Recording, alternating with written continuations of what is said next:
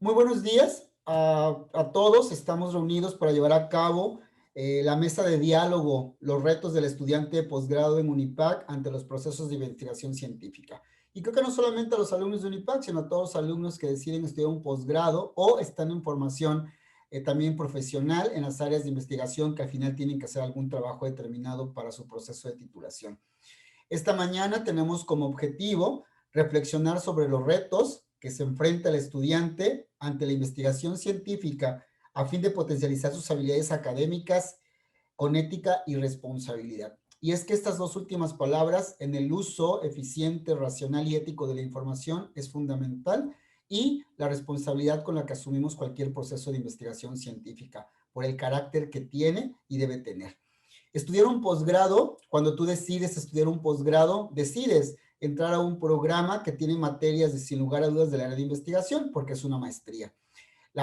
El posgrado en México o las maestrías en México tienen como objetivo, desde luego, generar, analizar, discutir y reflexionar la área de conocimiento de la que estudias, ¿no? Articular con diversos autores, revisar, criticar, juzgar la teoría que está escrita a partir de ellos y a partir del cúmulo de aprendizajes y materias que tú vas revisando, ¿no? El objetivo final de una maestría es titularte a través de producción académica, de un artículo, de un ensayo, de una tesis, de una tesina, de una monografía, y esto implicará, sin lugar a dudas, la producción de nuevo conocimiento. Es por ello que nos hemos reunido a todos ustedes. Gracias por su participación para dialogar un poquito y platicar de la gran importancia y los retos que tenemos ante esta necesidad académica. La metodología de esta mañana será que lanzaremos la pregunta, cada uno de ustedes tendrá 3 minutos para dar respuesta y al final de las preguntas haremos un cierre con conclusiones que cada uno de ustedes emitirá a partir de lo discutido. ¿Ok? Les agradezco mucho y vamos a dar inicio. Bienvenidos. El orden, ustedes deciden, levantan la mano quien quiere participar y adelante, ¿no? Sin mayor poner un orden de alfabético o algo, quien quiera participar, adelante. La primera pregunta para esta mesa es, ¿cuál es la función de la investigación científica en estudios de posgrado? Adelante, doctora. ¿Qué tal? Buenos días.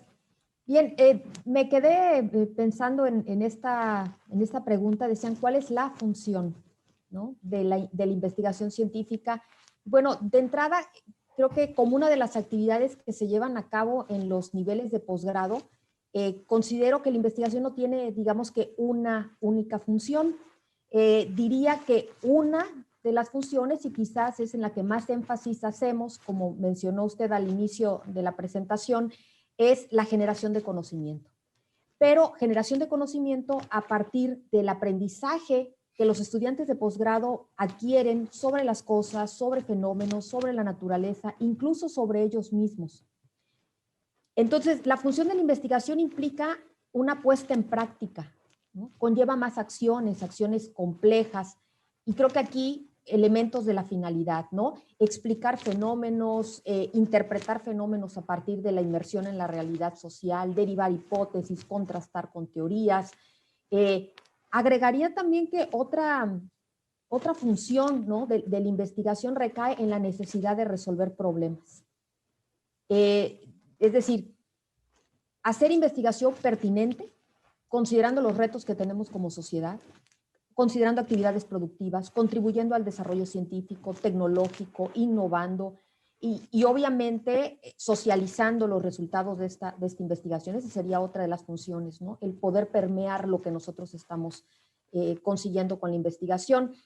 Entre estas funciones que son cognitivas y prácticas, existe una unión dialéctica, ¿no? Es decir, no podemos separar, ¿no? Lo que creamos en conocimiento y lo que ponemos en práctica o socializamos.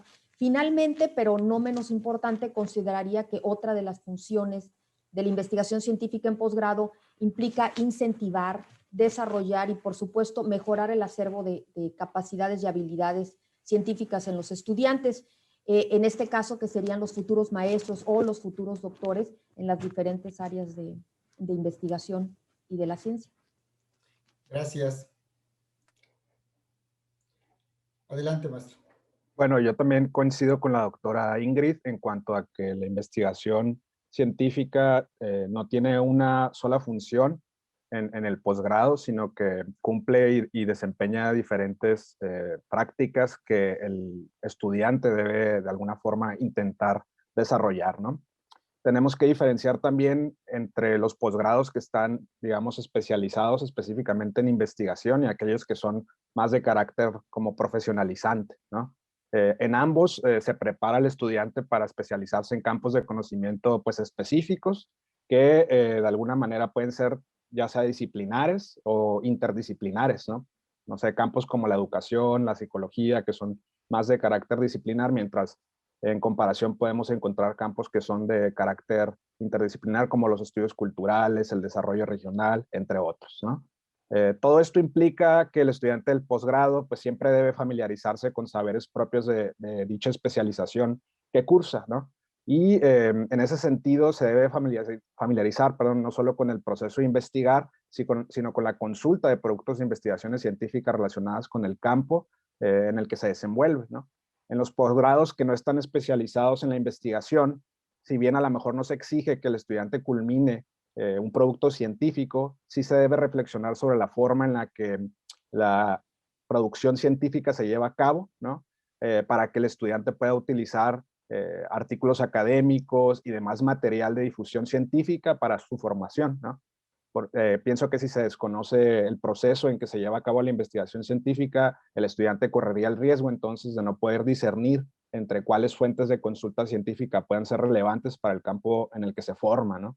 Eso a mi juicio conllevaría una formación pues que está impedida, que está incompleta, que no permite, por ejemplo, que el estudiante genere el diálogo y que se cuestione elementos de su campo formativo, pero también de su entorno social, ¿no? Entonces, a mi juicio, esos son los vínculos que la investigación y las funciones que la investigación científica debe desempeñar en el área de posgrado. Gracias, maestro Oliver. Maestro doctor. Vale, yo creo que una de las, al menos siguiendo la línea que la doctora Curi y el maestro Oliver Zamudio comentaron, creo que dos funciones importantes sería la función social de formar a un futuro investigador, un futuro especialista que pueda seguir desarrollando un saber que siempre es inconcluso. No podemos decir que lo que ya sabemos ahorita es absoluto. Entonces, si todos tuviéramos una idea de que entrar a la universidad, a un programa de maestría o doctorado significa adquirir un conocimiento ya absoluto, pues no habría lugar para la investigación. Pero lo que sabemos los que hacemos ciencia o investigación es que los saberes siempre se renuevan. Y en nuestras comunidades fronterizas, en México, latinoamericanas, necesitamos siempre modificar el saber, actualizar el saber, y eso es con nuestras universidades y con nuestros programas académicos. Entonces yo vería como una función social. Y también en la cuestión formativa es que un investigador, para que haga investigación, tendría que hasta cierto punto dominar el concepto, tener dominado un marco teórico, un método, a lo mejor no completamente dominado, pero sí algo, ¿sí? Entonces yo creo que la investigación es ayudar a que los estudiantes, futuros investigadores, puedan dominar un marco teórico que pueda ser utilizado para pues, encontrar una realidad distinta o modificar la realidad ya sabida. Entonces yo encontraría esas dos funciones en la investigación en programas de posgrado. Gracias, Héctor. Sí, sí, igual yo pienso que hay que verlo desde diferentes puntos de vista y hay como, o sea, desde diferentes funciones que cumple la investigación, pero igual creo que primordialmente la función de la investigación en general es producir conocimientos y conocimientos vinculados a una tradición de pensamientos, a ciertas teorías, a un área específica de formación y de especialización que permita darle continuidad o refutarla o nutrirla de alguna forma. Y por otro lado, también darle respuesta a una realidad social. O sea, independientemente del área, incluso de formación o el área disciplinaria, creo que siempre en última instancia se debe pensar, o sea, debe ser como una investigación pertinente en términos sociales, dándole respuesta a una realidad social, aunque no sea a través de soluciones inmediatas o sencillas, pero por lo menos dando insumos para que pueda dársele respuesta a esa realidad. Y en el caso de la investigación dentro de los estudios de posgrado, creo que también se suma, como ya han señalado, la cuestión de aprender a investigar. O sea, el hecho de aprender a investigar es necesariamente una cuestión práctica. O sea, no se puede aprender a investigar si no se hace investigación. Entonces, para poder cumplir esas funciones primordiales que tiene la investigación, debe pasarse por este proceso de poner en práctica conceptos que más allá de lo que podemos leer, o sea, no se puede aprender a hacer investigación solamente leyendo sobre metodología o tratando de estructurar un proyecto, sino llevando a la práctica eso, y eso creo que es como la función que se añade a la investigación en el contexto específico de los estudios de posgrado. Claro, sin duda creo que la parte de aprendiéndose, cuando nosotros hacemos, aprendemos mejor las cosas, ¿no? Y entonces no podemos aprender investigación sin hacer investigación. Y es algo que sin lugar a dudas es un reto constante en los estudios de posgrado. No quiero hacer más interrupciones, voy a seguir con las primeras, la siguiente pregunta y al final creo que podemos sacar algunas conclusiones. En el orden que ustedes quieran, ¿cuáles son las actitudes y acciones que involucran la autoformación y el ser autodidactas en cualquier proceso formativo? Bueno, si me lo permites, Antonio, a mí me gustaría pues destacar que la autoformación y el ser autodidacta conllevan pues cierto nivel de compromiso, sin duda, disciplina y sobre todo responsabilidad, ¿no? No solo con el proceso formativo mismo, sino con el entorno, ¿no? O el contexto en el que el estudiante se desenvuelve. Sin duda, pues los estudiantes autodidactas son impulsados por una cierta necesidad de conocimiento, pero muchas de las veces esa necesidad emerge o se nutre o nace incluso a partir de la observación de problemáticas del entorno inmediato, ¿no? Incentivar la búsqueda de soluciones a problemas pues, que sean realmente cercanos a los estudiantes, a mí me parece que pueden ser una buena estrategia para impulsar la formación autodidacta, aunque como reflexionábamos antes de comenzar este diálogo, pues no siempre es fácil incentivar la formación autodidacta y sobre todo la formación autodidacta en investigación, ¿no? Hay muchos factores que pueden producir cierto freno en el estudiante para que se incentive en esos campos, pero creo que si buscamos, digamos, orientarlos hacia problemáticas que les son cercanas, podríamos encontrar una buena forma de empujarlos, ¿no? En la medida en que se avanza entonces sobre la senda de la autoformación, se van desarrollando también un pensamiento crítico autónomo en el estudiante, ¿no?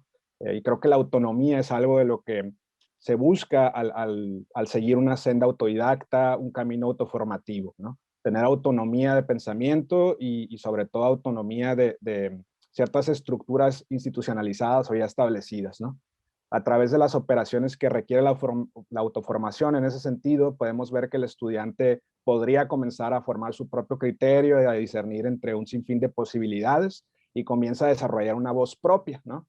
En ese sentido, creo que otra de las características de, digamos, la formación autodidacta, una actitud que está asociada a ese tipo de formación es, digamos, es de carácter dialógica, ¿no? Requiere que el estudiante desarrolle una voz propia que esté en diálogo con aquello que lee, con los que lee también, ¿no? Y en ese sentido, esa voz debe discutir con lo que se ha constituido como un cuerpo de conocimiento, ¿no? Y encontrar nuevos caminos, ¿no? Nuevas posibilidades interpretativas, ¿no? También creo que una última actitud que se puede asociar, digamos, a la formación autodidacta es la lectura, ¿no? La lectura crítica sin romantizar también dicha práctica, ¿no? Una lectura no solo en el sentido literal de texto, sino una lectura del contexto, ¿no? Que permita hilar nuevas preguntas o construir nuevos caminos de investigación también, ¿no? Gracias, maestro. Héctor, y luego la doctora. Sí, yo estoy completamente de acuerdo con esas actitudes que uno tendría que desarrollar para poder tener un conocimiento propio, una voz propia. Me gusta mucho pensarlo así como una voz propia, porque a veces lo que hacemos es replicar voces que vienen de otros, como usualmente son los profesores, los maestros, los ponentes, y creo que gran parte tiene que ver creo yo, porque los paradigmas del aprendizaje, y no soy educador, pero creo que los paradigmas del aprendizaje actuales son: yo solamente voy a saber a partir de lo que el otro me diga, ¿sí? Como si fuésemos un receptáculo de conocimiento más que un generador de saberes. Ya habíamos dicho en la pregunta anterior que generar un saber es investigar, o investigar es generar saberes. Entonces, cuando las clases o ir a la maestría, clases de la maestría o clases del doctorado implica recibir saberes de un otro, pues entonces no estaríamos siendo muy autodidactas, que digamos, ¿verdad? Entonces, creo que una actitud que podríamos ir incentivando, y esto es algo que me puse a pensar cuando he estado dando clases de investigación, es que toda investigación inicia con una pregunta, ¿sí? Y las preguntas, ya sea de investigación o no, son como angustias, ¿no? No sé algo, hay algo en este mundo que yo no sé. Y esa angustia puede generar curiosidad, esa angustia puede generar ganas de querer resolver esa pregunta. Lo que creo que está sucediendo a lo mejor es que los estudiantes actualmente viven estas preguntas no, de una forma no angustiante, ¿sí? Y eso no ayuda a que las personas puedan justamente resolver la angustia preguntándose y tratando de resolver esas preguntas. Se me ocurre este tema como de las vacunas del COVID, que pues la angustia de pensar que la pandemia podría acabar con un gran número significativo de la población, motivó a que investigadores se pusieran a preguntarse cómo resolver un problema. No sé si eso esté en la universidad o los programas académicos trabajando con los estudiantes, porque, bueno, creo que como también mencionaba el maestro Zamudio, creo que las universidades o la academia se está enfocando más en capacitar funciones profesionales o hacer una capacitación profesionalizante que empezar a desarrollar preguntas, ¿sí? Que es al fin de cuentas el inicio de toda la investigación y creo yo algo muy importante, ¿no? Preguntarse. Entonces, para resumir, creo que la actitud autodidacta implica siempre reconocer que existe una pregunta que genera una angustia y que se quiere resolver esa angustia investigando. Gracias, Héctor. Doctora. Bien, pues coincido con los colegas, con lo que han mencionado y lo que destacan. Yo, en ese sentido, quisiera agregar que en cualquier proceso formativo, y en este caso estamos hablando de los procesos formativos a nivel posgrado, la autoformación, ¿no? El ser autodidacta, pues termina convirtiéndose o lo terminamos desarrollando como una competencia, ¿no? Porque en sí mismo conlleva un proceso de desarrollo humano. O sea, el ser autodidactas y el autoformarnos conlleva el desarrollo de nosotros como seres humanos. En ese sentido, la autoformación creo que nos permite como sujetos detectar, entre otras cosas, cuáles son nuestras necesidades formativas. Es decir, si esto lo logramos generar, y destaco aquí el comentario que hacía el maestro Oliver, ¿no? Respecto a la autonomía. Si nosotros detectamos nuestras necesidades formativas, entonces podemos incidir en los tiempos, en las formas y en los lugares, por ejemplo, en los que consideremos pertinentes cómo cubrirlas. Cuando entramos a un posgrado es porque queremos saber más, porque lo que aprendimos en el primer nivel de grado ya no nos es suficiente, porque tenemos ese hambre por saber un poco más, por especializarnos en algo que nos gustó mucho, que puede ser algo sobre lo cual leímos y trabajamos en la universidad, en la licenciatura, puede ser algo sobre nuestra práctica profesional. Entonces, esa necesidad de cubrirla, nace esta idea de la autoformación. Nosotros mismos en nuestra autonomía nos vamos a decir en qué momento, de qué forma, en qué lugar queremos cubrir esa necesidad. Nos permiten incluso ir más allá de las instituciones, ir más allá de la educación formal, ¿no? Institucional, y aprenderlo por nuestra parte, buscar nosotros. Por ello creo que entre otras actitudes, ¿no? O habilidades cognitivas que obviamente requiere, también están estas otras que son emocionales, culturales, sociales, ¿no? Incluso las personales. ¿Tengo tiempo o no tengo tiempo? Pensar que entramos a un posgrado, como decíamos hace un momento, y confundir esto con un proceso de un diplomado, que también es muy valioso, pues no va, ¿no? O sea, hay que estar convencidos de que le vamos a dedicar el tiempo necesario, ¿no? A estos estudios y lo que eso conlleva en términos de responsabilidad. ¿Para qué? Para poder mantener, entre otras cosas, relación con nuestro entorno. Eso nos va a facilitar, ¿no?, la idea de eliminar ideas, ¿no?, de que solo en ciertos espacios podemos educarnos, de tener el compromiso de educarnos en el tiempo que creamos que es pertinente y de hacerlos, destaco, ¿no?, una vez más, con esta idea de autonomía, ¿no?, con autonomía poderlo hacer. Gracias. Bueno, sí, yo creo que es importante también, o sea, coincido en general con lo que han planteado, y solo como que agregaría la cuestión de la motivación, que creo que es fundamental. O sea, y que la motivación, específicamente en los estudios de posgrado, estén, digamos, sean las motivaciones correctas, aunque el estudio de posgrado también te da la oportunidad de desarrollar una trayectoria profesional. Creo que también debe haber como una conexión con lo que se está haciendo. Y tiene que ver con lo que planteaba el maestro Héctor sobre la angustia, por ejemplo, es una forma de conectarse, de que sea un interés que no sea simplemente de obtener un título, sino de conectarse con el área de formación, con el área disciplinaria y tratar de, en lo posible, dentro de nuestras limitaciones, nuestra fortaleza, aportar algo a esa área y desarrollar algo dentro de esa área específica. Y también, bueno, la cuestión de la disciplina creo que es fundamental, la cuestión de la autonomía, como han señalado. Pero yo también agregaría la cuestión de la humildad, creo que es fundamental también, en el sentido de tener conciencia de, de que el conocimiento es finito, que lo que aportamos siempre va a estar sujeto, siempre es provisorio, siempre va a estar sujeto a renovaciones, a una revisión continua y que podemos siempre saber más, o sea, conocer más. Eso también como que es algo que mueve a hacer investigación y que es fundamental dentro de de un estudiante de posgrado. Y creo que todo esto está conectado también con una cuestión que es el autoconocimiento, o sea, saber cuáles son nuestros intereses, tener claros nuestros intereses, con qué nos podemos conectar y nuestras posibilidades dentro del área para desarrollarnos pertinentemente, incluso para poder desarrollar una actitud autónoma y disciplinada. Es necesario tener un autoconocimiento muy detallado de cómo debemos gestionar nuestro tiempo, de cuáles son esas áreas en las que tenemos fortalezas o limitaciones y en cuál debemos esforzarnos más, etcétera. Entonces creo que solo añadiría eso, el autoconocimiento, como englobando estos aspectos y bueno, la cuestión de la humildad y la motivación como aspecto fundamental.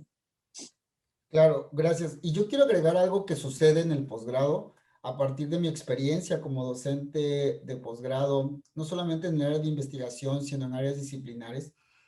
Hay una gran diferencia entre el desempeño profesional y el desempeño académico. Y eso es lo que a veces nos cala un poco a quienes llegamos al posgrado, que si tenemos un puesto directivo, que si somos reconocidos en nuestra área profesional, llegamos al posgrado y nos topamos que no tenemos habilidades para hacer evidencias de aprendizaje, que no sabemos redactar un ensayo, que no sabemos plantear un problema de investigación, que no sabemos redactar objetivos. Y entonces viene un choque, ¿no? Viene un choque con la perspectiva de lo que soy como profesional y de mi desempeño. Y creo que eso también genera un poco el duelo, ¿no? Del proceso de aprendizaje y la resistencia, ¿no? Y la resistencia a estar abiertos a un autoconocimiento, como ustedes bien lo indican, de esa autonomía que debo generar. Identificar mis áreas de oportunidad como estudiante de posgrado también es de valor. Reconocerme como un sujeto humilde ante el proceso de aprendizaje, ante el proceso de generar conocimiento, implicará desarrollar estas habilidades que me permiten una autoformación y ser autodidacta en el proceso mismo, ¿no? Reconocerme como un ente capaz de reorientar mis estrategias de aprendizaje y saberme como un sujeto que tiene limitaciones y no porque no seas bueno en tu área profesional, no, es porque no lo sabías hacer y vas a aprender a hacerlo. Y creo que eso es algo fundamental. Y lo agrego en esta área porque yo me he enfrentado a esa situación como docente de posgrado y lo platicábamos, ¿no? A todas estas cuestiones que nos enfrentamos en la formación de cuerpos de maestros y especialistas Y bueno, a quienes se dedican en el área en el caso de doctora Ingrid, que ya forma también doctores, te encontramos también un poquito de algunas situaciones, ¿no?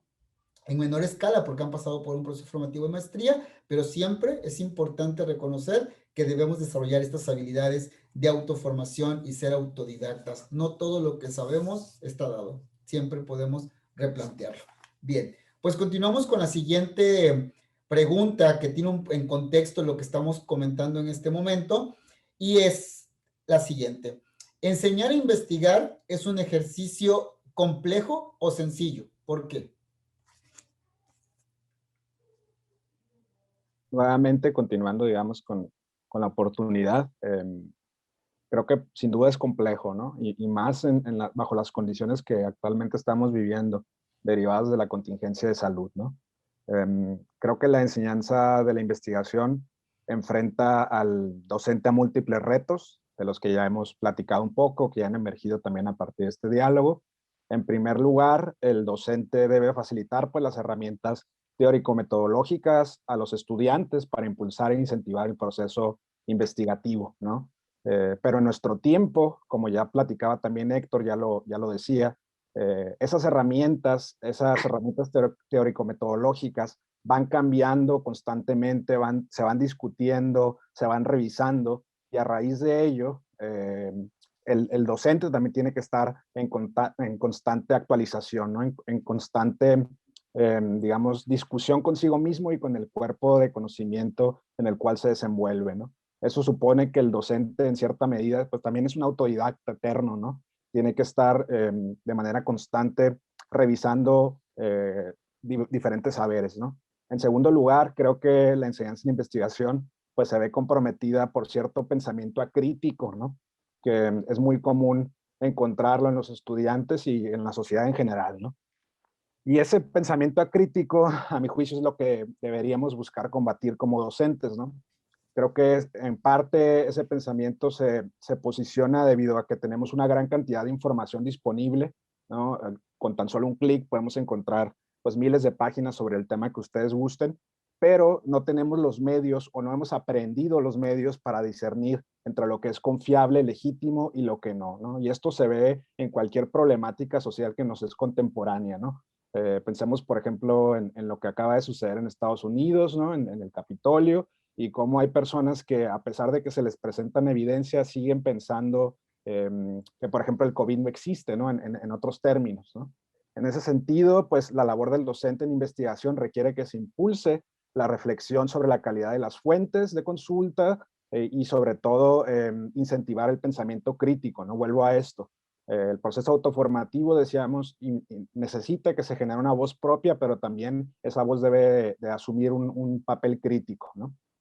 Creo que a raíz de la contingencia de salud actual, como ya ustedes seguro lo han experimentado, ¿no? En su práctica docente, han emergido nuevos retos, ¿no? Que nos obligan a encontrar estrategias que permitan pues, al estudiante desarrolle su proceso investigativo, por ejemplo, ante la posibilidad o imposibilidad, mejor dicho, de desplazarnos como antes, ante las barreras que la misma pandemia impone en términos de movilidad, ¿no? Debemos facilitar herramientas metodológicas a los alumnos que les permitan construir u obtener datos e información que les sean de utilidad para contestar sus interrogantes, pero que no los expongan, ¿no? Digamos, lo que genera la misma pandemia, ¿no? Esas metodologías y técnicas pueden disminuir entonces el riesgo de contagio y que sean acordes a las medidas de distanciamiento físico que impone la contingencia de salud actual, ¿no? Y un ejemplo de ello, pues se me ocurre ahorita las etnografías virtuales o incluso ajustar metodologías que ya se practican en condiciones, digamos, normales, pero ajustarlas a la nueva realidad, ¿no? Ese tipo de reflexiones son las que tiene que ir generando el docente entonces ante los cambios que se presentan día a día de manera improvista, como la misma pandemia, ¿no? Gracias. Adelante. Pues sí, coincido con Oliver, ¿no? De que sin duda, dice, enseñar a investigar es un ejercicio complejo, ¿no? No tiene, de simple no tiene nada, ¿no? Pero yo veo esta enseñanza enseñar a investigar como un oficio, ¿no? Yo recuerdo antes de irme al doctorado, quien fue mi mentor y quien me impulsó además a irme al doctorado me decía, esto es un oficio y aprendes del maestro, ¿no? Se aprende como se aprende otros oficios como la carpintería, ¿no? La herrería. Es un oficio porque conlleva un hacer artesanal, ¿no? Entonces, no es un ejercicio sencillo enseñar a investigar. Es un oficio porque el trabajo es individual, el trabajo es artesanal, el trabajo que se hace es así, con esas características. Es decir, quien enseña, nosotros, quien enseña a hacer investigación, no es quien hace la investigación. Y ahí está lo complejo, el alumno es quien lo hace. Entonces, yo rescato lo que Pablo mencionaba en la primera ronda, ¿no? A investigar se aprende investigando, pues es en el quehacer. Por ello, el proceso de enseñanza no es un ejercicio sencillo, sino que es una tarea compleja.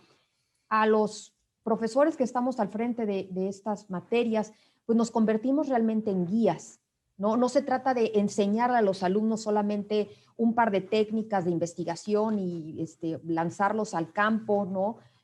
Cuando se podía, o ahora hacerlo por los medios virtuales. Tampoco se trata de, bueno, ahí sobre la marcha vas aprendiendo, ¿no? Porque no basta nada más con enseñar herramientas, ¿no? Porque hoy en día herramientas hay muchas, señalaba Oliver, pues tenemos toda esta información, ¿no? Hoy en día tenemos los programas que nos permiten hacer investigaciones complejas con modelos, tenemos bases de datos, tenemos acceso a información, ¿no? El chiste ahí es cómo llevar a buen término una investigación con todo esto.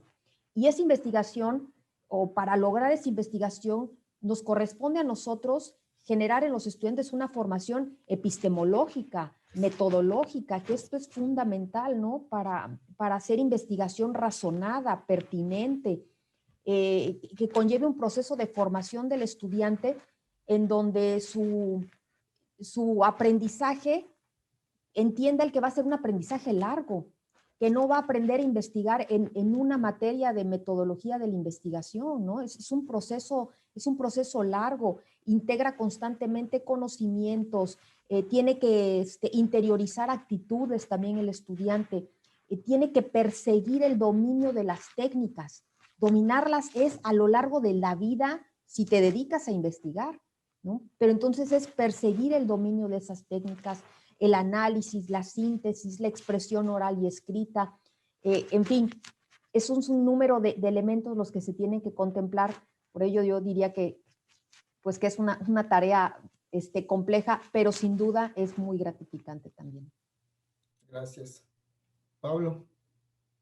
Sí, bueno, yo rescataría lo que mencionaba la doctora Ingrid sobre el carácter artesanal de la investigación. O sea, yo pienso que la investigación en sí misma, en términos generales, es un proceso sumamente complejo porque implica esta cuestión artesanal, pero aparte esto se traduce en una articulación constante de cuestiones que tienen que ver con la teoría, con conceptos, con aspectos sumamente abstractos, que hay que articularse entre ellos y a su vez con una realidad concreta con la que nos vamos a enfrentar. Entonces esto de por sí creo que ya implica un proceso complejo. Entonces cuando se trata de enseñar este proceso creo que le agrega un nivel mayor de complejidad. Porque como mencionaba la doctora y como mencionaba Oliver, es como orientar un proceso que al final termina siendo como muy personal.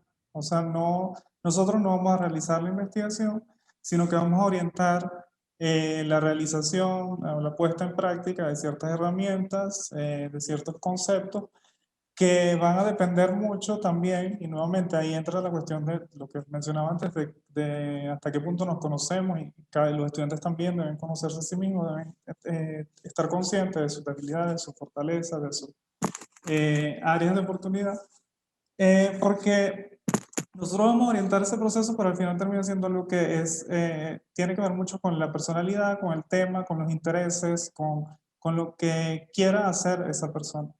Entonces, no se trata nada más como mencionaba, no se trata nada más de dar herramientas en términos como técnicos, porque Al final la adecuación la tiene que hacer esa persona, el estudiante, el propio investigador. Nosotros solamente podemos como guiar, dar ciertas pautas generales que finalmente se van a tener que adecuar a la realidad que se quiera abordar y a los intereses de esa persona.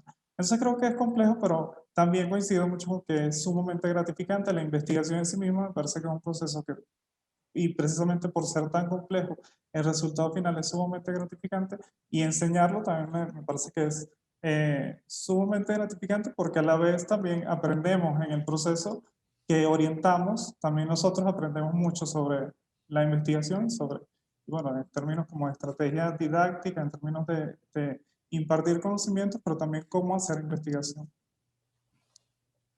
Héctor.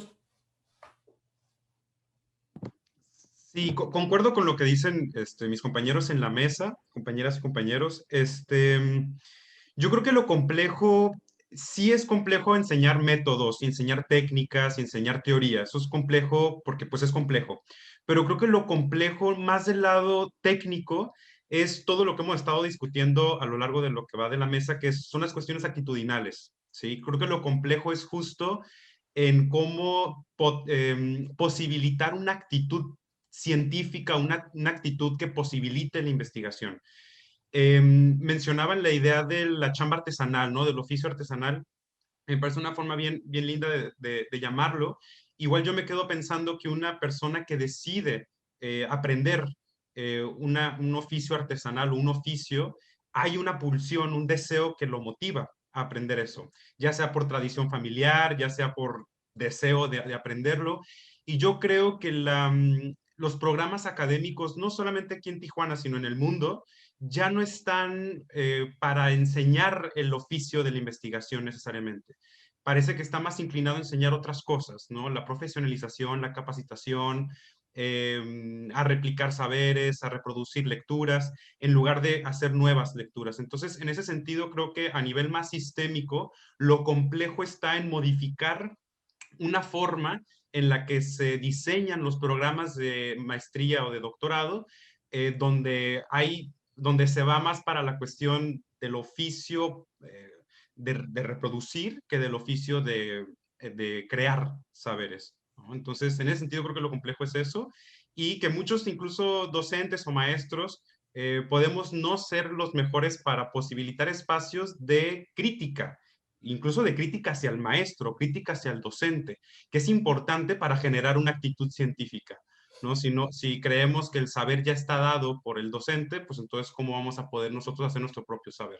Entonces, creo que lo complejo es en la cuestión actitudinal subjetiva, más que en la cuestión metodológica técnica, que hay libros, hay manuales, pero no hay manuales de cómo desarrollar el deseo de investigar.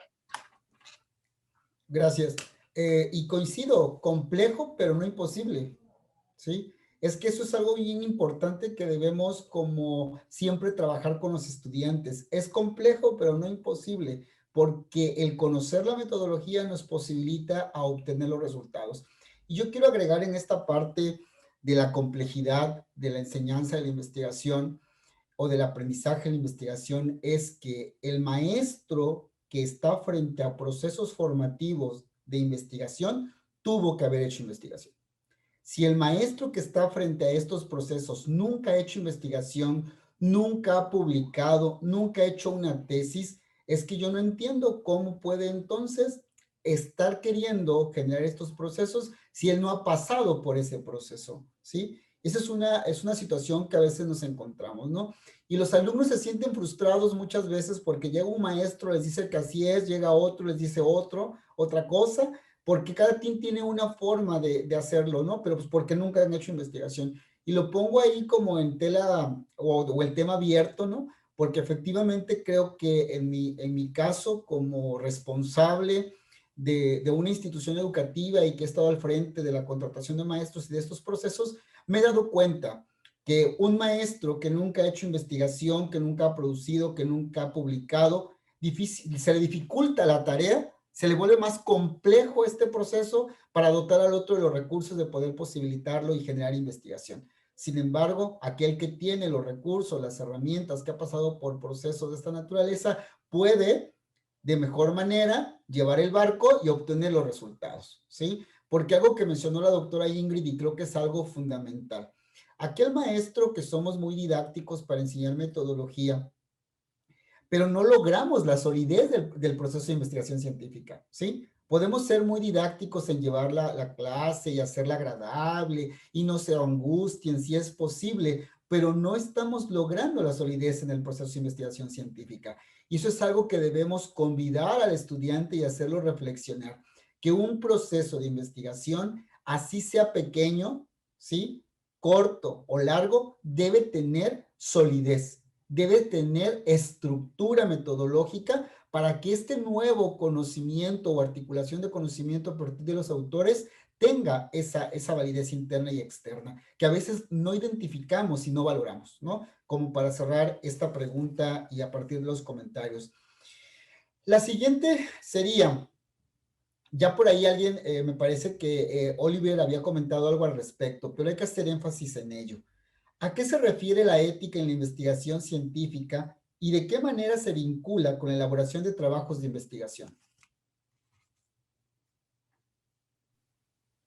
Bueno, yo creo que la ética en investigación científica, pues refiere a una serie de principios morales, sobre todo, de valores y prácticas que se asocian pues a la producción científica, que todo investigador pues debe procurar, ¿no?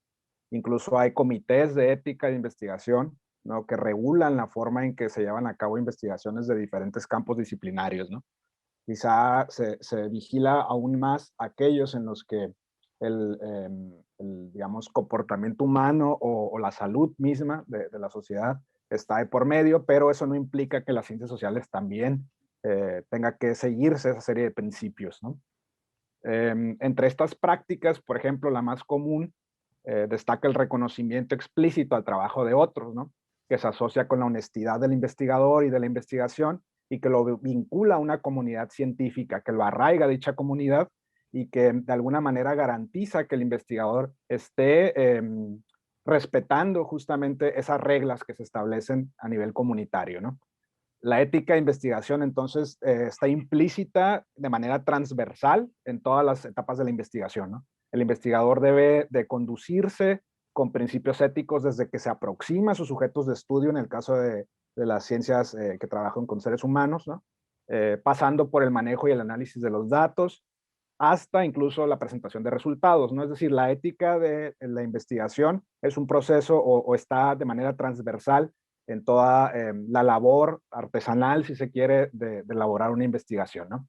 Es indispensable entonces que se mantenga este principio de compromiso, responsabilidad, respeto y honestidad, ¿no? No solo con la comunidad científica, sino con el resto de la sociedad, porque luego se olvida también que la investigación científica debería de buscar, por lo menos como fin último, un beneficio social, no solamente un beneficio económico o un reconocimiento dentro de la comunidad científica, ¿no? Entonces, esos valores no solo se aplican para respetar a los colegas, ¿no? O mantener el respeto a los colegas, sino también al resto de la sociedad, ¿no? Gracias, maestro. ¿Quién? Pues, perdón, Héctor, adelante. Héctor. Lo mío es corto. Creo que el científico o el investigador tiene una función social y se tiene que hacer responsable de esa función que tiene. Y es una función pues bien compleja porque es la de producir saber, ¿sí? O develar verdades. Y cuando, por ejemplo, se remite a leer a un científico y ver qué hallazgo nuevo tiene, se asume que ese nuevo hallazgo es pues real hasta cierto punto, ¿sí? O verdadero hasta cierto punto. Pero para que eso podamos nosotros asumir que es verdadero, asumir que es real y poderlo citar y poderlo utilizar para generar elementos que ayuden a nuestra sociedad, tenemos que asumir que es ético, que esa figura está siguiendo una norma, un estándar del deber ser, ¿no? De la manera correcta de trabajar, que eso es al fin de cuentas la ética. Ahora, por ejemplo, en la ciencia que se encarga de hacer hallazgos con respecto a la psicología, vamos a poner o la educación o el derecho, estamos hablando de seres humanos que usualmente son los sujetos de investigación o grupos. y son ellos quienes nos ayudan a nosotros a reproducir o a producir verdades. Y tenemos que respetar siempre que esos grupos, esos sujetos, pues son vidas. Entonces, el saber muchas veces tiene que estar hilado con el beneficio que puede tener la gente en general, pero también de respetar las condiciones de dignidad, de honestidad y de justicia de las otras personas que están vinculadas con ese proceso de investigación. Entonces, para que la ciencia siga siendo tan, y voy a lo mejor esto es medio problemático, ¿verdad? Pero para que la ciencia siga siendo exitosa como ya lo es, o para que la investigación siga teniendo el éxito que tiene para resolver problemas de la cotidianidad, necesita ser ética. Porque en el momento en el que no hay ese elemento ético, deja de funcionar la investigación, deja de funcionar las nuevas verdades que se desarrollan y pues entonces se pierde todo el punto. Sí, entonces hay que siempre respetar la dignidad de los cuerpos que están implicados en esa investigación a partir de la ética. Gracias, maestro. Doctora Ingrid. Pues sí, coincido con lo que mencionan los colegas y también yo, a partir de la, son dos preguntas, ¿no? La que nos hace, ¿no? ¿A qué refiere primero la ética en la investigación? Y la segunda es, pues, ¿de qué manera se vincula con la elaboración? Yo diría que en este segundo planteamiento no, o sea, dice, ¿de qué manera se vincula? Bueno, simplemente no es posible pensar en la investigación científica al margen de la ética. No es cómo se vincula, no se puede pensar en la investigación al margen de la ética.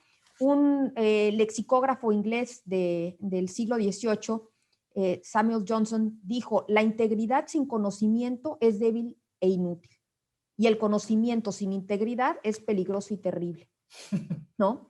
Entonces, creo que la frase es contundente. La historia de la construcción de la ciencia ha tenido estos episodios peligrosos y terribles para el ser humano. Entonces, habría que evitarlos. Ahora, ¿a qué refiere como tal la ética en la investigación científica? Aquí yo partiría de esta premisa de que la investigación científica es, de entrada, una forma de la actuación humana, ¿no? Entonces, es una forma de al actuar humano y, por lo tanto, es susceptible de regirse bajo la ética. Como mencionaba Oliver hace un momento, tiene que ver, obviamente, con los temas de la moral y también con las obligaciones del hombre. Es parte de la filosofía, ¿no? Como tal.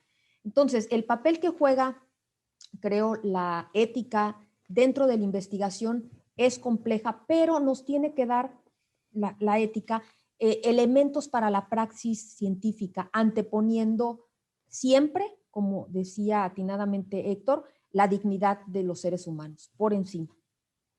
Y bien, finalizaría yo diciendo que esta manera de vincular, por ejemplo, la investigación se da, como mencionaba hace un momento también Oliver, a través de los comités de ética, creo que son quienes regulan, ¿no? Pero tienen que ser comités de ética con capacidad de gestión y con capacidad de vigilancia, ¿no?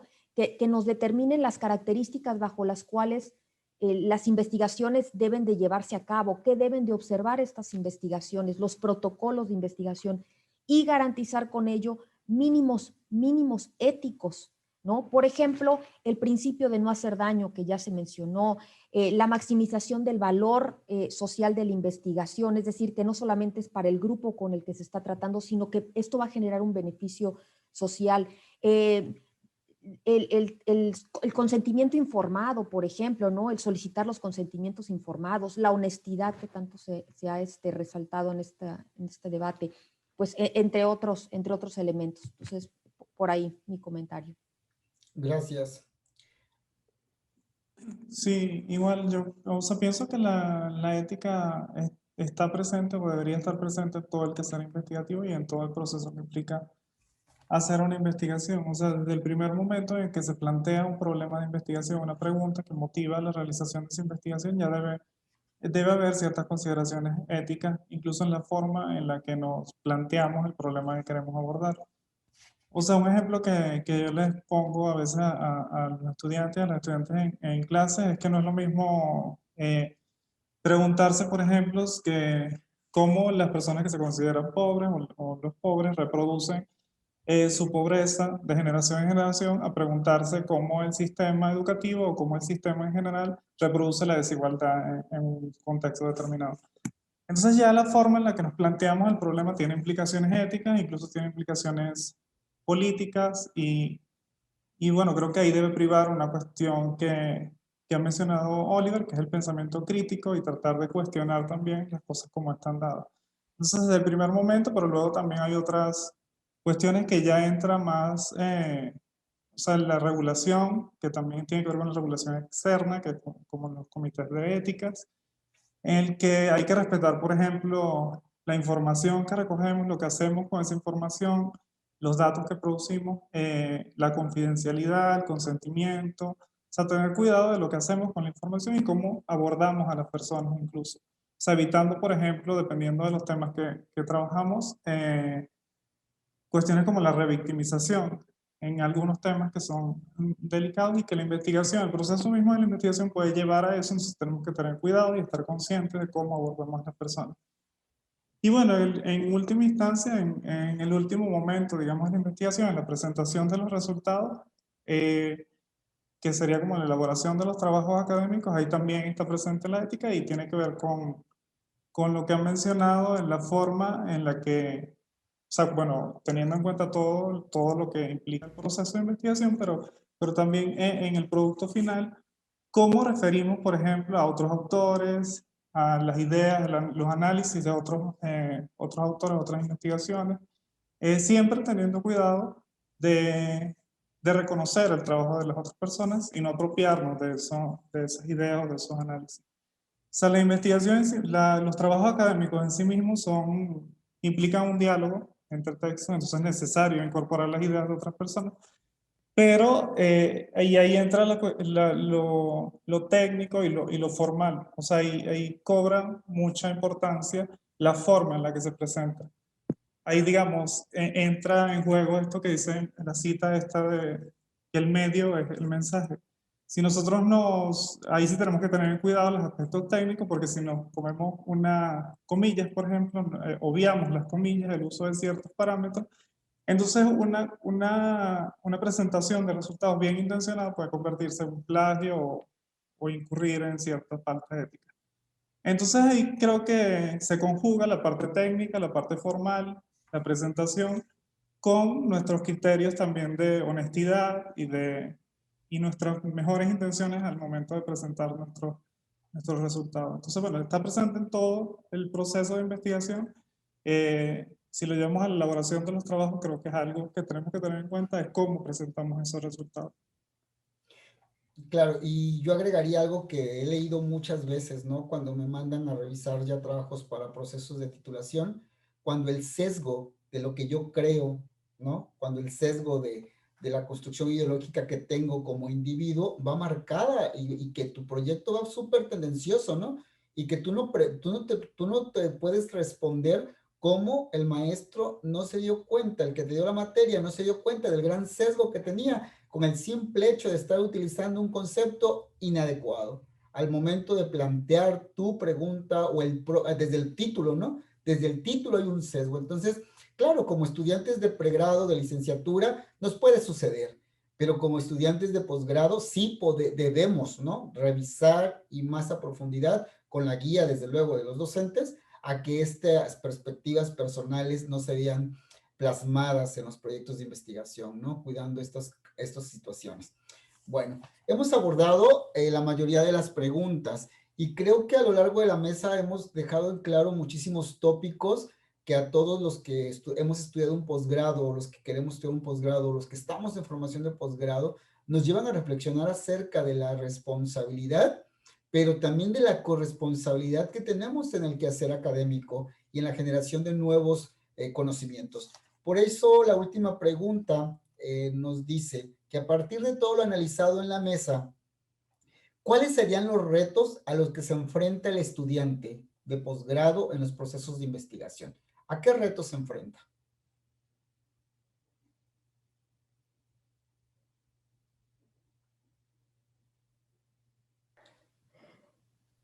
Me gustaría... Bueno, adelante, adelante. sí, ok, gracias. Bueno, creo que aquí hay dos puntos, ¿no? Y precisamente Oliver al inicio lo mencionaba, cuando diferenciaba los posgrados profesionalizantes de los posgrados de formación de investigadores. Y creo que sí es muy válida la diferencia y es importante hacerla porque eso también nos posiciona frente a retos distintos, ¿no? La formación, el perfil del programa. Si hablamos, creo, de programas que son profesionalizantes, pues el reto es que los estudiantes se sientan comprometidos con la finalidad del programa, ¿no? Es decir, que ellos se comprometan con el desarrollo y el desarrollo de sus conocimientos, de sus competencias y que apliquen lo aprendido en situaciones reales, es decir, que se conviertan en agentes de cambio, ¿no?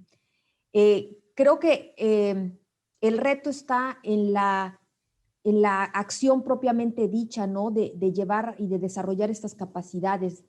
Claro, de crear nuevo conocimiento, ¿no? Por supuesto, es posible, pero hay que considerar que en los programas profesionalizantes la profundidad de los procesos de aprendizaje y de enseñanza de la investigación no son tan profundos y tan estrictos como los programas de investigación. Pero ¿qué pueden hacer? Y aquí es el reto para alguien que esté en un programa profesionalizante, es también generar productos, mejorar procesos, métodos, proponer prototipos, intervenir en la realidad, gestionar proyectos. Es decir, el reto está en mostrar que el grado que están obteniendo los avala como especialistas calificados para resolver problemas concretos en un área en su disciplina, por ejemplo, o en una disciplina específica. Y además lo pueden hacer contextualizando. Es decir, voy a resolver un problema que está contextualizado. Puede ser contextualizado en mi trabajo, en mi práctica profesional diaria. Sin embargo, tiene que estar guiado siempre, y esto es el otro de los retos, cualquiera de estos procesos que se generen, insisto, ¿no? De generación de conocimiento, de productos, de nuevos procesos, etcétera, siempre tiene que estar encaminado por la búsqueda de la verdad, por el beneficio social, por el respeto a la dignidad humana, porque a final de cuentas, un programa de posgrado profesionalizante nos mete en esta batalla de los campos laborales tan competitivos, ¿no? Entonces, estas competencias que nosotros desarrollamos en el programa y estos valores son los que marcan la diferencia. Y terminaría diciendo, si no como reto, si es algo deseable, ¿no? Que quien se convierta, ¿no? en maestro, quien logra el grado de maestro, se involucre de alguna manera en el ejercicio de la práctica docente y lo combine con el ejercicio de su profesión, porque eso es lo que va a enriquecer, eso es lo que enriquece mucho los programas de posgrado profesionalizantes.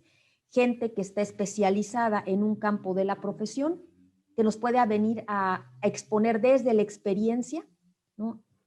en la docencia. Gracias. Sí, a mí me gustaría continuar un poco lo que ya plantea la doctora Curi. Independientemente del tipo de posgrado en el que uno se perfila, ya sea profesionalizante o de investigación, creo que debemos de familiarizarnos con los procesos de investigación científica, ¿no? Un estudiante de posgrado siempre tiene que reflexionar sobre la manera en que se constituye el saber que está detrás de su formación y que de alguna manera va a estar encaminándolo en el proceso formativo, ¿no? En ese sentido, un reto que se asocia a dicha familiarización sería quizá pues el de adoptar o construir estrategias investigativas que se ajusten a la realidad que nos toca vivir, ¿no? Sobre todo actualmente en la pandemia, ¿no?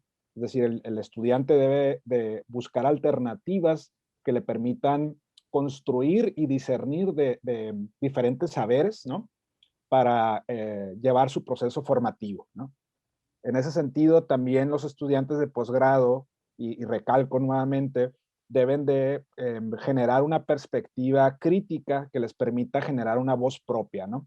Es decir, el posgrado implica que uno está en diálogo con, digamos, otros colegas, ¿no?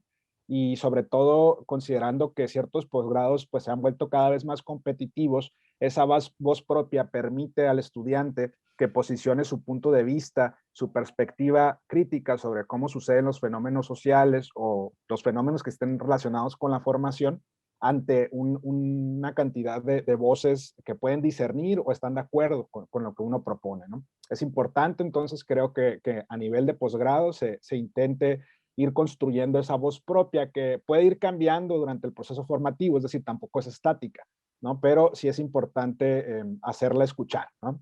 El estudiante de posgrado también tiene que discernir entre fuentes de consulta, ¿no? Entre, digamos, posibilidades de consulta, y esto va relacionado con lo que decía acerca de conocer cómo se construye el conocimiento, porque independientemente de que se proponga un estudiante construir un producto científico o no, dependiendo del tipo de posgrado en el que esté, sí es importante que se utilicen esas fuentes porque son las que de alguna manera fundamentan la misma formación, ¿no? Y por último, añadiría nada más también que, pues, de acuerdo a lo que platicábamos sobre la ética en la investigación, el estudiante de posgrado debe de ajustarse y desarrollar sus trabajos con estricto apego a los criterios éticos, ¿no? A los criterios, a los principios que corresponden en cada caso, ¿no? Debe dar crédito, por ejemplo, a través de las convenciones creadas para tales fines, ¿no? Ya sean sistemas de citación, dependiendo del tipo de posgrado, ¿no? Varían, pero siempre se debe dar crédito a los autores consultados, porque ninguna idea pues emerge del vacío, ¿no? Es decir, las ideas se construyen a partir de hipertextos, a partir de relaciones, y en ese sentido pues tenemos que reconocer de dónde provienen nuestros argumentos también, ¿no? Gracias. Ya, sí, el tema de los retos, al menos como lo puedo ir concluyendo a partir de escucharlos a ustedes, que me parece bien importante, muy valioso, traer esto a la mesa, a discutir sobre este tema y no dejar de discutir sobre ello, no obviar que todos los estudiantes ya saben investigar y todos los estudiantes quieren investigar y todos los maestros saben enseñar cómo investigar. O sea, no obviarlo es el primer paso, ¿no? El primer reto que ya estamos ahorita trabajando. Pero yo podría estratificar los retos en tres niveles, ¿no? El primer nivel como a nivel directivo o al nivel del desarrollo de programas académicos. Creo yo que el primer reto que sería escuchar cuál es el discurso universitario actualmente en el 2021.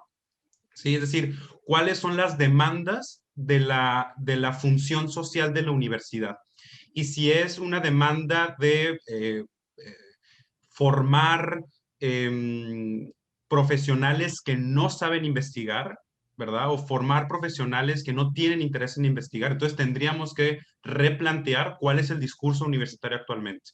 Pero, y en ese sentido, poder diseñar programas en donde el discurso académico, el discurso universitario, sí sea el de promover la investigación. Luego eso, pasarlo a un segundo estrato que sería el de los maestros, el de los docentes, el de los que acompañan al estudiante, los que acompañan al estudiante, de cómo pensar o cómo construir un terreno que no sea, como mencionábamos al principio, amenazante para que el estudiante investigue, ¿no? Incentivar desde el lado del profe a que el estudiante pueda sentirse bien con hacerse preguntas. Incluso lo que se les dice mucho a los estudiantes es, bueno, si tu investigación resulta que no se comprobó tu hipótesis, no pasa nada. Al fin de cuentas es un saber, ¿no? Y usaste tus métodos. O sea, empezar a hacer un acompañamiento mucho más que promueve el deseo de conocer.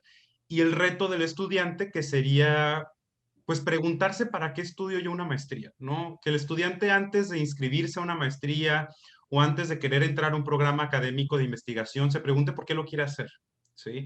Y si la pregunta es porque quiero aprender a, no sé, un método de investigación, pues ya eso es un buen inicio. Entonces, en ese sentido, creo que lo que tendríamos que empezar también a promover es que el estudiante se pregunte para qué estudia lo que estudia y cuál es el objetivo de su estudio. porque muchas veces no podemos obviar que el objetivo del estudiante que estudie una maestría no necesariamente es investigar. Y creo que es ahí donde nos topamos con pared, porque los maestros o las universidades sí queremos lo que el estudiante no. Y entonces hay un choque de intereses, un conflicto de intereses, que luego lo vemos cuando no podemos acordar o no podemos desarrollar programas o productos de investigación en un programa académico. Gracias. Maestro Pablo. Sí, bueno, yo pienso que el reto fundamental desde el punto de vista de los estudiantes, pienso que es que haya una cierta apropiación de su propio proceso de aprendizaje o su propio proceso formativo. Y como decía Héctor, eso pasa porque haya esa pregunta acerca de, o sea, ¿por qué estoy haciendo un posgrado? Y dependiendo de esa pregunta también, yo voy a ver si entro o decido entrar en un posgrado profesionalizante, como ya señalaba, esta decisión profesionalizante o de investigación. Ahora, si decido entrar en un programa que tiene una orientación hacia la investigación, entonces debe haber cierta motivación hacia ese proceso, sabiendo que voy a hacer investigación y tengo que aprender ciertos recursos, ciertas herramientas para desarrollar ese proceso. Y bueno, también creo que es importante que haya cierto desvinculación de algunos prejuicios que también se tiene incluso antes de entrar a hacer cualquier tipo de programa de formación, de posgrado, porque muchas veces ya se tiene una idea preconcebida de lo que es la investigación. A veces se vincula con que es algo sumamente difícil, con que es algo que solamente puede realizar ciertas personas, como desde el punto de vista, como viéndolo como cierta élite o en ciertos ámbitos muy específicos. Entonces, como empezar a desmitificar lo que es el proceso de investigación. Y también hay otra concepción que suele reproducirse y que suelen traer muchos los estudiantes, que es algo meramente técnico, como de manual, que tomo un manual, veo como ciertas pautas y lo llevo a la práctica, como que fuera algo que una receta. Entonces creo que lo principal es como que se apropien de su proceso de formación, si están decidiendo entrar en un proceso formativo que está orientado hacia la investigación, estén conscientes de eso y orienten sus intereses a un tema, a un problema que realmente los mueva y los lleve a querer conocer más sobre eso y aportar algo que sea significativo y no sea simplemente aplicar una serie de pasos que ya están pautados de manera predeterminada. Gracias. Y creo que es importante aclarar para todos los que están escuchando esta mesa de diálogo que efectivamente, como bien lo explicaron nuestros ponentes acerca de estos programas de posgrado que van con énfasis a la investigación o que son profesionalizantes con investigación, el posgrado en México, por ley, sí, por acuerdo, que si no, no puedes obtener la autorización, debe tener investigación. Todo el posgrado en México tiene investigación efectivamente, a partir con mayor énfasis si es hacia la investigación o menor énfasis si es profesionalizante, pero todos tienen materias de investigación, porque dentro de los comentarios que nos están haciendo los estudiantes es precisamente eso, ¿no? ¿Cómo yo defino o cómo yo sé si es un posgrado con énfasis a la investigación o no? Bueno, todos los posgrados van a tener investigación, excepto las especialidades. Pero para titularte de la especialidad vas a tener que hacer una tesis, una tesina, una monografía o un artículo académico. Vas a terminar haciendo investigación, ¿va? En el posgrado de la maestría vas a tener materias, ¿no? O a lo largo de toda la maestría o al final de la maestría para generar un proceso de investigación. Así que todos los posgrados van a tener de algún modo un proceso de investigación. Solamente era como para aclarar esa parte y agradecerles todas las participaciones, ¿no? Creo que a lo largo de esta hora y media hemos logrado plantearle a los que están escuchando el análisis los grandes retos, ¿no? Lo que implica o estudiar el posgrado, lo que implica la investigación y lo más importante, lo valioso de la investigación, no solamente en el proceso formativo, sino en el desarrollo propio de la humanidad, ¿no? Sin investigación no estuviéramos donde estamos y sin investigación no lográramos discernir y no tuviéramos esta capacidad de seguir en esta construcción de nuevas áreas de conocimiento, de buscar alternativas a muchísimos procesos y a innovar, ¿no? Y a innovar en todas las áreas y todas las disciplinas. Tengo un conjunto de preguntas y curiosamente algunas iban relacionadas a esto, ¿no? A la parte técnica, porque dentro de cuando lanzamos las preguntas, los estudiantes hacían esta referencia.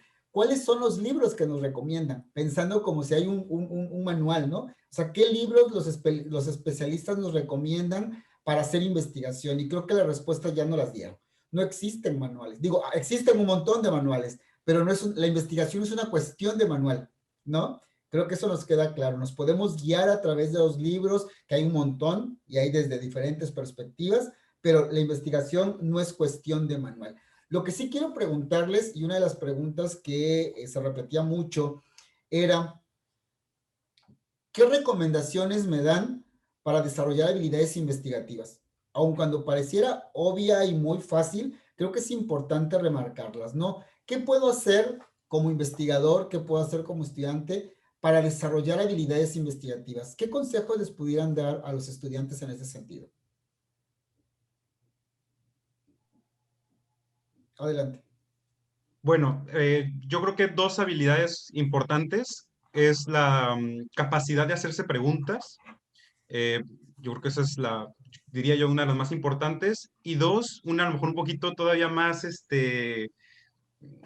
no sé si como más directiva, que es leer. ¿Sí? La lectura, en la medida en la que uno va aprendiendo cosas, va reconociendo lo mucho que no sabe, lo mucho que ignora. Y eso que ignora es algo bueno. La ignorancia el vacío, es justo lo que produce la angustia de conocer.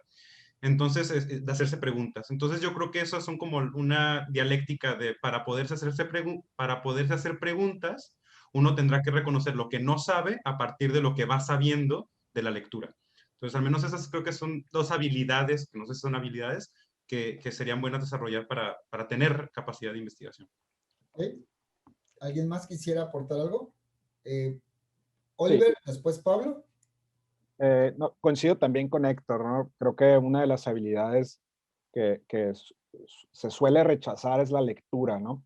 Porque se asocia a cierto esnovismo, quizá porque se asocia a una actividad elitista o simplemente por un rechazo que ha sido pues generalizado e inculcado muchas veces porque nos enseña las formas distintas de lectura, digamos, o la enseñanza básica, la lectura se asocia a cierto tipo de escritores, etcétera, etcétera, ¿no? Pero yo invitaría, digamos, a quien quisiera desarrollar sus habilidades de investigación a que se echen un clavado no solo a lecturas académicas, sino lecturas de cualquier otro género, ¿no? Lecturas incluso lecturas de su entorno, no lecturas, digamos, de la práctica de leer un texto, ¿no? Sino lecturas de la realidad, ya que eso, como bien comenta Héctor, genera dudas, genera preguntas, ¿no? Y esas preguntas, en la medida en que uno va, digamos, indagando sobre ellas, se van refinando y se van haciendo más complejas, ¿no?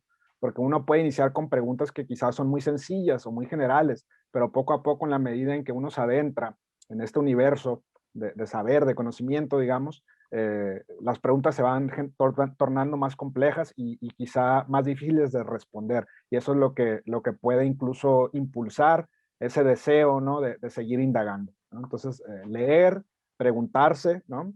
Y leer por gusto, no por obligación, ¿no? Es bien importante. Gracias. Pablo. Sí, bueno, como retomando lo que señalaban, yo creo que lo fundamental es la lectura, pero entendiéndolo como desde estos dos niveles que señalaba Oliver. O sea, en primer lugar, como leer la realidad, no solamente, o sea, entender que la realidad está dada, pero que también hay algo evidente, que es lo que vemos, y que hay ciertas relaciones, ciertas cosas por las que nos podemos preguntar que van más allá de lo que vemos de manera superficial o evidente. O sea, tratar de cuestionarnos lo que hay detrás de esas cosas que vivimos cotidianamente, de nuestras relaciones de familia, de nuestras relaciones dentro de la academia o fuera, no sé, con amigos. Cuestionarnos sobre cómo funcionan esas cosas, creo que eso nos abre la posibilidad de preguntarnos y cuestionarnos, y es como la base fundamental de la investigación, de cualquier investigación. Y como un nivel, digamos, más literal, como decía Oliver, la lectura de textos, pues, es fundamental. Pero yo creo que es importante leer todo, o sea, todo tipo de textos, estar abierto a leer cualquier género, pero sobre todo si nos vamos a enfocar en la investigación y queremos, y lo hacemos con la intención explícita de adquirir habilidades para la investigación, yo creo que es importante leer investigación. O sea, cuando hacemos, o sea, cuando un escritor quiere aprender a leer novelas, evidentemente tiene que leer novelas y lee novelas. O sea, un escritor de narrativa lee mucha narrativa para poder nutrirse de ciertos recursos que le sirven para expresar lo que a su vez él quiere decir. Entonces, para buscar esa forma de decir lo que queremos decir y buscar las herramientas, las formas de hacerlo, creo que tenemos que ver lo que han hecho otras personas. O sea, hay un montón de formas de hacer etnografías, por ejemplo, hay un montón de formas de hacer entrevistas, hay muchísimas corrientes o distintas corrientes epistemológicas, entonces tenemos que estar abiertos a leer y a nutrirnos de eso que han hecho otras personas para poder ir adquiriendo habilidades y ciertos recursos y herramientas que nos permitan hacer lo que nosotros queremos hacer. Gracias. ¿Quiere agregar algo, doctora? Pues en realidad creo que lo que dijeron los compañeros pues es lo más concreto, ¿no? Como sin duda la idea de cuestionar la realidad, ¿no? Y suena algo medio extraño, ¿no? Cuando lo dices a los alumnos que tienen que cuestionar la realidad, que no es otra cosa más que se detengan y observen, ¿no? Incluso en sus entornos laborales y detecten los problemas a los que se están enfrentando. Les digo yo a mis alumnos, seguramente muchos, por ejemplo, han hecho investigación-acción sin saber formalmente el método de investigación-acción, ¿no? ¿Qué es lo que falta aquí? Aprender a sistematizar lo que muchos ya hacen en sus puestos de trabajo, ¿no?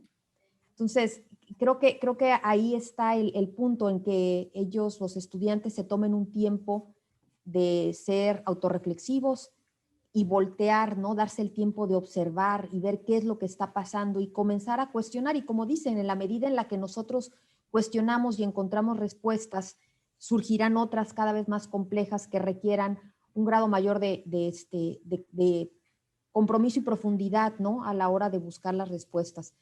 Y en ese sentido, pues sí, ¿no? La lectura será un campo fundamental. Si no leemos, muy difícilmente vamos a poder escribir, y pareciera que no, pero no vamos a tener argumentos para expresarnos si no leemos. Ok, gracias. Y quiero resumir estos puntos que ustedes nos están proporcionando porque son sumamente importantes y creo que coincidimos. Yo agregaría, lo pondría en este nivel a partir de lo que ustedes nos compartieron y las notas que hice. Uno, importantísimo, observar y cuestionar la realidad. Una vez que nosotros aprendemos a observar y cuestionar la realidad, entonces nos hacemos preguntas. Y para responder a estas preguntas tenemos que ir a leer. Pero antes de leer, y creo que algo que pudiera yo agregar a lo que ustedes nos comparten, es saber dónde buscar información. Saber dónde buscar información también es bien importante, porque a veces creemos saber utilizar buscadores, pero no sabemos utilizar los patrones de búsqueda, ¿no? ¿Para qué? Para obtener información arbitrada, información científica, que es algo también sumamente importante, ¿no? Dejar de utilizar páginas que comúnmente se utilizan y comenzar a elevar un poquito la búsqueda en revistas arbitradas, bases de datos, libros digitales, ¿no? Que ahora existen un montón en plataformas exclusivas que las propias universidades nos proporcionan. Y es que esto es bien vital. Todas las universidades hoy estamos utilizando plataformas y bibliotecas digitales. Lo interesante es que a veces el alumno no sabe buscar en esas plataformas la información, ¿no? Entonces también desarrollar habilidades de búsqueda para saber discriminar la información arbitrada. Saber documentarse y desde luego algo que muy precisamente comentaron, leer, pero leer investigación. Porque en la medida que leemos investigación o productos de investigación, vamos a aprender a hacer citas, porque vamos a observar cómo se hacen las citas, cómo están discriminando, cómo están presentando los resultados, los métodos, las técnicas, los instrumentos que a veces los propios alumnos, cuando les pedimos que hagan el diseño metodológico, dicen, es que tengo que hacer una encuesta desde cero. No necesariamente, porque alguien más ya investigó lo que tú quieres investigar, desde otra perspectiva, con otro enfoque, pero alguien más ya lo investigó, ¿no? Entonces, hay instrumentos ya elaborados que tú puedes adecuar para tu investigación. Y cuando les dices eso, parece que les estás dando el premio mayor, ¿no? Entonces, no tengo que hacerlo desde cero. Entonces, construir categorías de análisis también a partir de esto, ¿no? Porque una cosa es entender y leer, pero otra cosa es saber dosificar en categorías y agrupar la información. Y bueno, sumo a lo que ustedes atinadamente nos han compartido y quiero hacer la última combinación de preguntas, porque es más bien una combinación, ¿no? Bueno, nos preguntan que si en todas las áreas de conocimiento se investiga igual, porque el proceso metodológico es el mismo, esa es la pregunta. Y la otra sería, ¿cuáles son las tendencias actuales que hay o que existen en la investigación?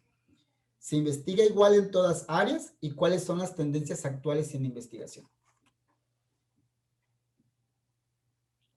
Bueno, yo creo que esa es una pregunta pues un tanto compleja y que requiere que reflexionemos digamos, por lo menos en las ciencias sociales, existen diferentes paradigmas y digamos, acercamientos epistemológicos a los problemas que se construyen desde esas ciencias, ¿no? Y en la medida en que nosotros, pues no es que escojamos, sino que a partir de cómo construimos nuestro problema de investigación, nos orillamos hacia un paradigma u otro, vamos a construir estrategias metodológicas que vayan acorde a esos paradigmas, ¿no?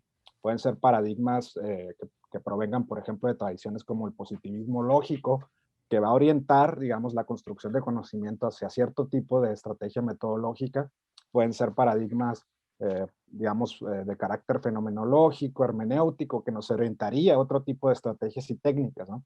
Entonces yo creo que tendríamos que discernir primero entre esas posibilidades, ¿no? Dependiendo de cómo construyamos nuestro problema de investigación, cómo delimitamos nuestro objeto de estudio también, ¿no? No sé si los demás a partir de esto quieran seguir ahondando. Gracias. Pablo. Sí, como mencionaba Oliver, yo creo que es importante, o sea, específicamente dentro de las ciencias sociales, ver esas diferencias que a veces son como sutiles, pero tiene que ver también con deslastrarnos un poco, que como comentaba antes, de cómo vemos muchas veces desde afuera la investigación. O sea, muchas veces cuando le preguntan a los estudiantes que qué es la investigación y siempre remiten como al método científico, como que es un método científico y que es el único método que hace que la ciencia sea ciencia. Creo que es importante entender que realmente, bueno, específicamente dentro de las ciencias sociales, las estrategias metodológicas, los abordajes metodológicos son mucho más amplios e implican un diálogo necesario con la realidad que estamos estudiando. Entonces, realmente no se puede decir que haya una sola forma de abordar la realidad. Va a depender de aspectos que tienen que ver con nuestra perspectiva, nuestro abordaje epistemológico, y lo importante es también estar consciente de cuál es esa perspectiva epistemológica de la que estamos partiendo. Porque muchas veces si no estamos conscientes de ese abordaje, al final siempre vamos a terminar encuadrándonos en uno, pero si no estamos conscientes de eso, al final lo vamos a hacer sin querer. O sea, vamos a estar dentro de una tradición epistemológica que a lo mejor no se corresponde con lo que nosotros queremos encuadrarla realmente, pero de alguna manera entra en eso. Entonces, no creo que hay como una gran variedad, va a depender de nuestros intereses y a su vez va a depender de lo que la misma realidad, el mismo problema de investigación que queremos abordar y de la manera en la que lo estamos abordando, nos va a indicar también cómo debemos adecuar nuestros recursos, nuestras herramientas. Gracias. ¿Alguien más quisiera abordar algo? Héctor. Sí, yo rápidamente nomás comentar que es por eso que me parece muy valioso seguir estudiando epistemología en los cursos de pregrado, de posgrado, porque concuerdo con mis compañeras, compañeros, no hay una forma de hacer investigación o un solo método más bien. Hay bastantes métodos porque la realidad es compleja y las preguntas son distintas. Las ciencias clínicas, las ciencias sociales, las ciencias duras tendrán sus propias formas de generar saber. Y con respecto a las tendencias, yo creo que también tendríamos que ser muy críticos de las tendencias que existen, porque es creer que esa es la mejor forma o la forma más buena para poder hacer investigación, y puede tener ahí algunas influencias dominantes políticas que también podríamos ser muy críticos al respecto. Podríamos decir que el positivismo lógico es la mejor forma de hacer ciencia, pero porque es la más, a lo mejor la que más se emplea en las universidades o en las academias, pero también tendremos que ser muy críticos de esa forma de hacer investigación. Uno podría decir que la poesía, la lingüística, la literatura es una forma de hacer investigación, y otros dirán que no. Entonces es un debate epistemológico que se tiene que hacer, que se tiene que posibilitar para poder decidir cuál va a ser el método que nos puede reflejar una realidad más acorde a la verdad, ¿no? Que son temas filosóficos. O sea, la epistemología es una rama de la filosofía, y es por eso que se tiene que promover ese tipo de discusiones en los entornos universitarios. Gracias. Pues yo nada más para ir cerrando un poco, pues ya discutieron aquí, ¿no? La cuestión ontológica, epistemológica y metodológica tan amplia que hay, para no decir que existe una sola forma de hacer ciencia, pero aprovechando eso, ¿no? El saber, ¿no? Que no existe una sola forma de hacer ciencia, creo que, digamos que lo novedoso, ¿no? Lo que está, lo que suena hoy, ¿no? Para hacer ciencia, pues está planteado en estos famosos estudios de frontera que están hoy en boga, ¿no? En donde tiene que haber una convergencia interdisciplinaria, multidisciplinaria, donde se tiene que generar sinergias entre las diferentes disciplinas para atender problemas que por su complejidad, ¿no? No puedan ser abordados desde una sola disciplina con una sola metodología, ¿no? Es esto que llaman hoy en día la ciencia de frontera. Es encaminar a responder preguntas que son emergentes, ¿no? Emergentes y problemas clásicos. O sea, ¿no? Son estos dos elementos.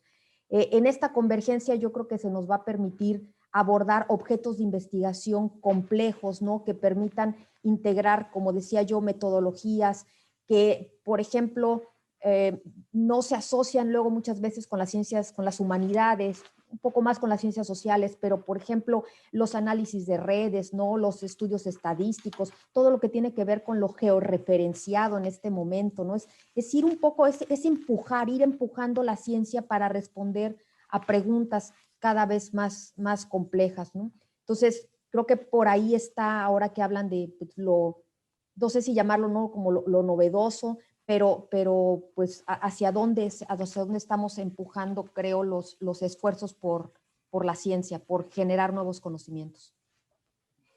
Bueno, compañeros, pues creo que al final logramos a lo largo de esta mesa dialogar profundamente sobre los grandes retos que implica los estudios de posgrado y la generación de investigación o de proyectos de investigación al interior de los mismos. Pero algo queda muy claro. El análisis de investigación o la generación de investigación tiene que ser a partir de un carácter inter e interdisciplinario. No podemos hoy hablar de ciencias solamente como unas especificidades del conocimiento. Hoy el conocimiento es amplio y tiene que ser inter e interdisciplinar.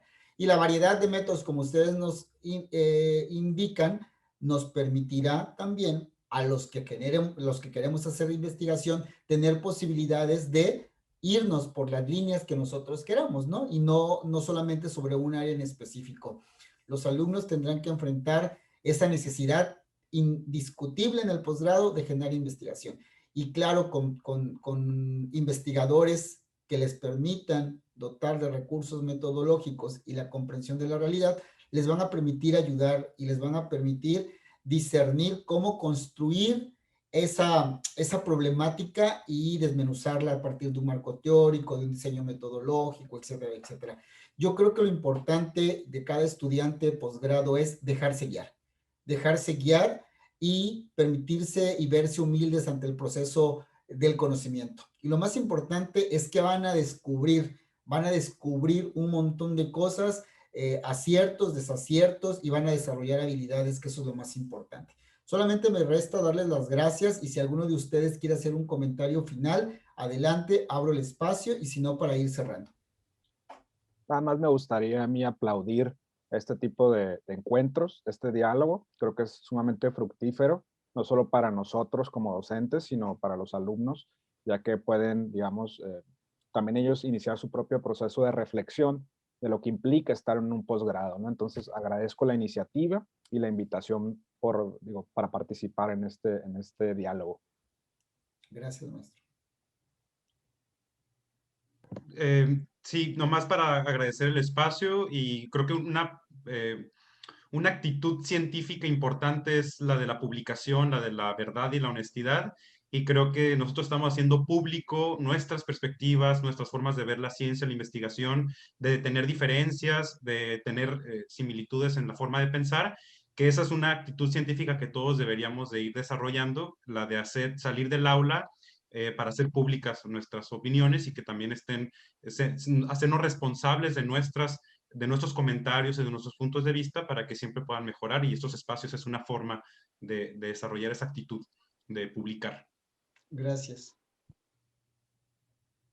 Pues, sí, igual adelante. también agradecer la invitación y también reconocer como la importancia de este tipo de espacios y que es como muy relevante que dentro de una universidad que, bueno, relativamente nueva, o sea, se fomente este tipo de diálogos orientados a consolidar como iniciativas de investigación, sobre todo en el ámbito del posgrado, en el caso de los estudiantes de posgrado. Entonces, muchas gracias.